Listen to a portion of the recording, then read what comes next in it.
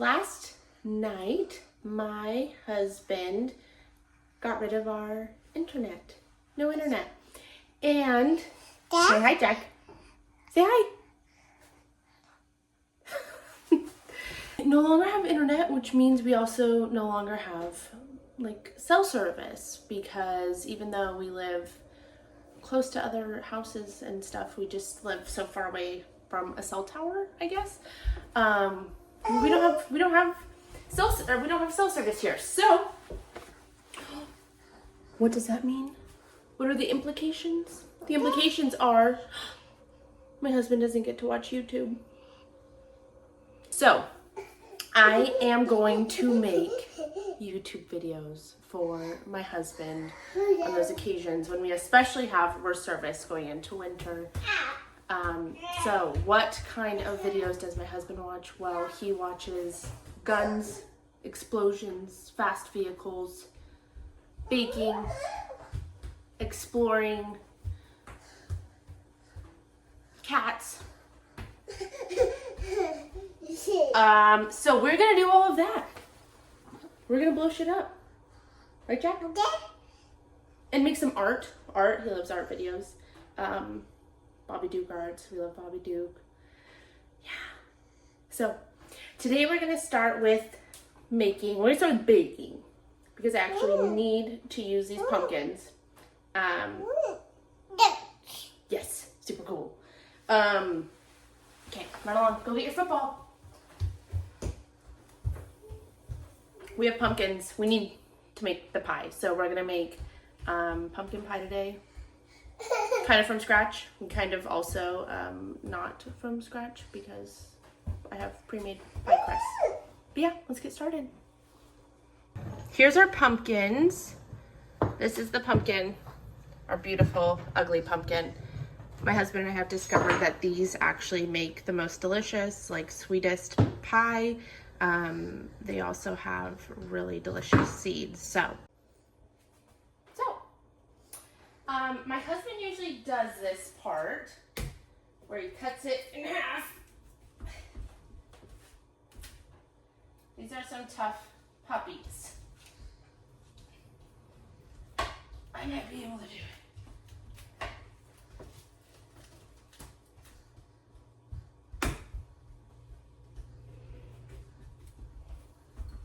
Okay, that's kind of tough for Mama. So, in honor of my husband, we will grab the salsa.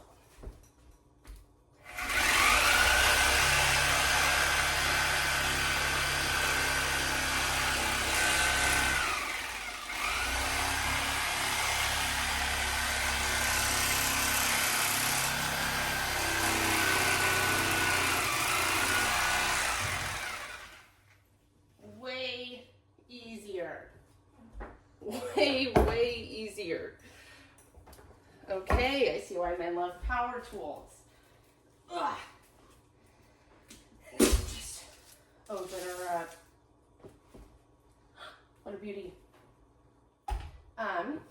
So we're gonna scrape. I wish I had like a GoPro.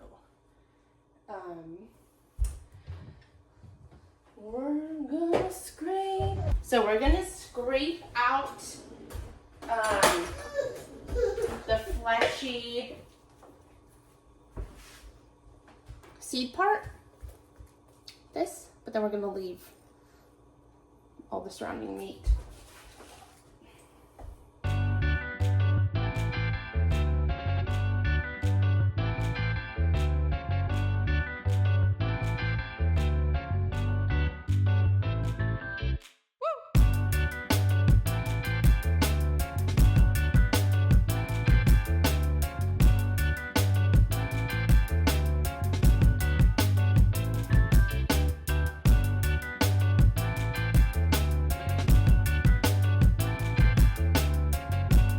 What we're gonna do now is we have been preheating the oven to 415, and mind you, no internet to look up this recipe, so we're just winging it based off memory. Good old reliable memory. Okay, got our pan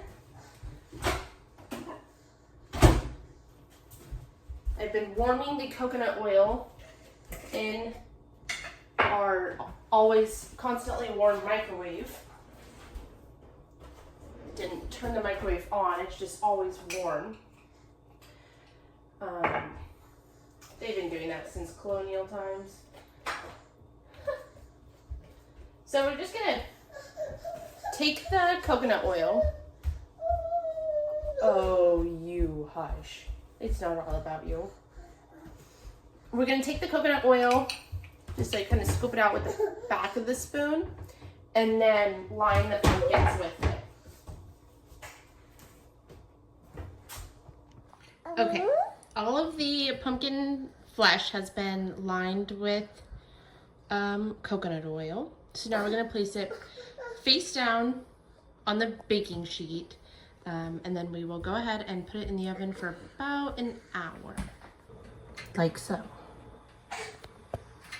So in the meantime, while that's baking, we're gonna run to the store because we are going to need evaporated milk or condensed milk. I don't remember. Hopefully the store has internet. You look it up. Jack, are you excited for pumpkin pie? How are you gonna eat pie with no hands?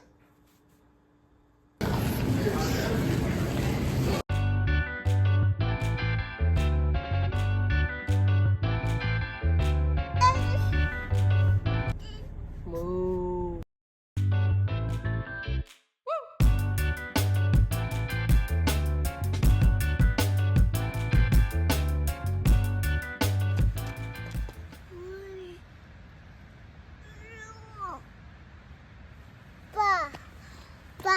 Whoa, a rock?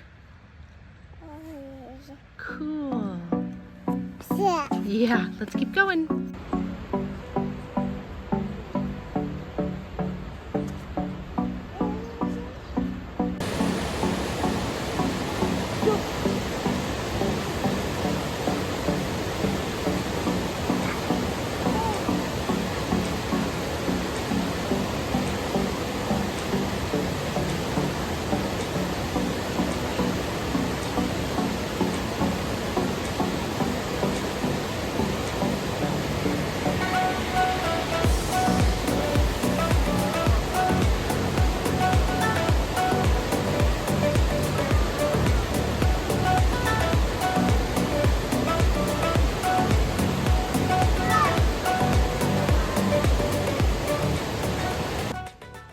Okay, so once you pull the pumpkins out of the oven, you're gonna wanna like make sure that you can poke through the rind with a fork. So as you can see, it's pretty soft after an hour in at an hour and 15 in the oven at 400 degrees. So we will let that cool down, obviously, before we handle it.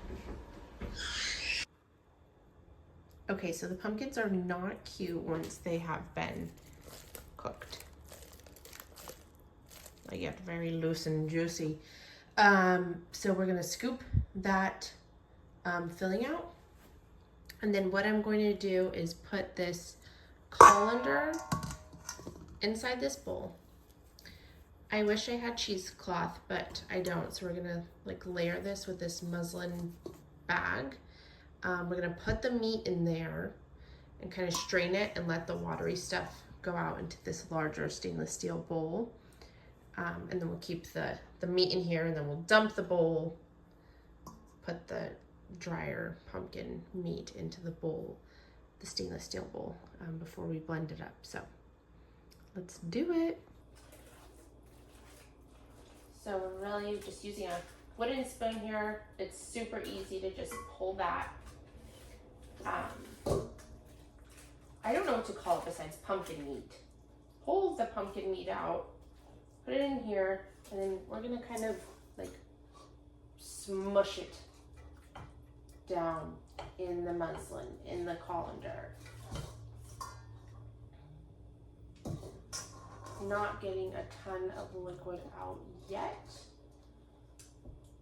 Oh, even just a little bit even just helping it dry out a little bit is really helpful. The first time that I made the pie,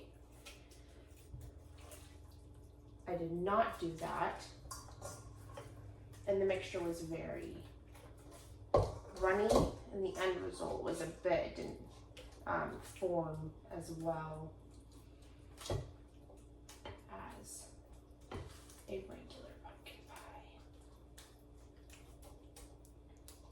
So yeah, just doing a bit of that. And then what we're gonna do is we don't have a big blender at all. We just use our little bullet. This is like stained brown with the cinnamon from last time that we did this. It is clean though. It's just stained from cinnamon. So we're gonna load your meat up in your blender. Your pumpkin meat. Beautiful. I don't do it quite all the way. And then, I should have prepared this, but the recipe calls for 1 12-ounce can of evaporated milk. So I do use a little bit of this just in the blending process to help like lubricate the blend.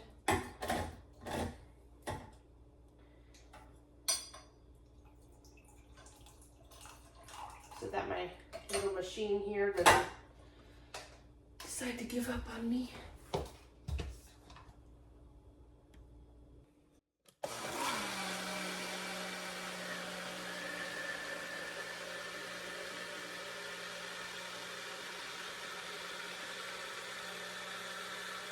Okay, we just blended it for literally like 10-15 seconds. And that is a great consistency. So now we could use a different bowl, but I'm just going to dump the liquid out of this bowl because I like the size of this stainless steel bowl for doing this recipe.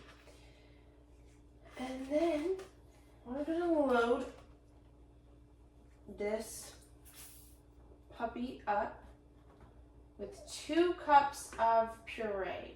Okay, so we have 2 cups of pumpkin pie, pureed pumpkin pie, pureed pumpkin. Yeah. And we're gonna pour the rest of the evaporated milk in and mix while you pour. Okay, so we have the rest of our ingredients ready to go. 2 eggs. We get our eggs from the same family friend who we got the pumpkins from. So that is super cool. All local and grown at her property. So we'll crack 2. I always have to check and make sure I don't get a shell in there because I'm not an expert cracker. That is hilarious. Okay. Beat 2 eggs. We're going to throw those in last because that pumpkin is still pretty warm and we do not want to make scrambled eggs. Okay. And then we're going to do 2/3 of a cup in brown sugar. Everything is rough. I like rough measurements. I don't thrive well under precision. It is just not my strong suit. So we'll kind of fold in the brown sugar. And then you're going to want to do like cinnamon, nutmeg, cloves. We have mulling spices, which we just blended up ourselves. We got this from the Gathering Place, which is a Mennonite store. We love the Mennonites and their stores and their sandwiches and their furniture and just well, now we love them so much, we are taking on their lifestyle. We have foregone internet. We're no longer going to have internet, no longer going to have very much cell service. So we're Mennoniting it up. I'm just gonna do a spoonful. 1 spoonful. See what happens there. And I'll show you. She looks like she belongs in a magazine. Those beautiful autumnal colors. It smells so good. So yes, you're just gonna mix in your mulling spices, or you know, if you do separate. I think we got cinnamon sticks and ground them up in our bullet as well. So yeah, threw that in. Now we're gonna throw the eggs in. Here we go, eggs.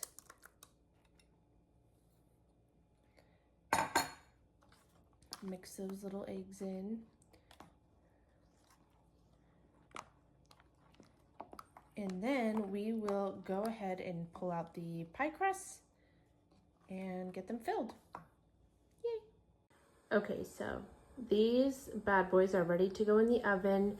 We're going to do them at 400 for 15 minutes and then at 350 for an additional 45 minutes, and we'll check them and see if they need a couple more minutes. Obviously I wrapped the crust because we don't want it to burn, even though we don't really eat it. Okay, the pies are out of the oven. You want to let them cool for several hours, I think like 4 hours, before you put them in the fridge or eat them or anything. If you put them in the fridge too soon, like with saran wrap on them, the moisture will condense and make them soggy and the incorrect texture. So you just want to let them sit for several hours and cool off. Okay, we're also making birria in the crock pot for dinner. So yay, a day without internet, super fun. Dirty hands? That's okay.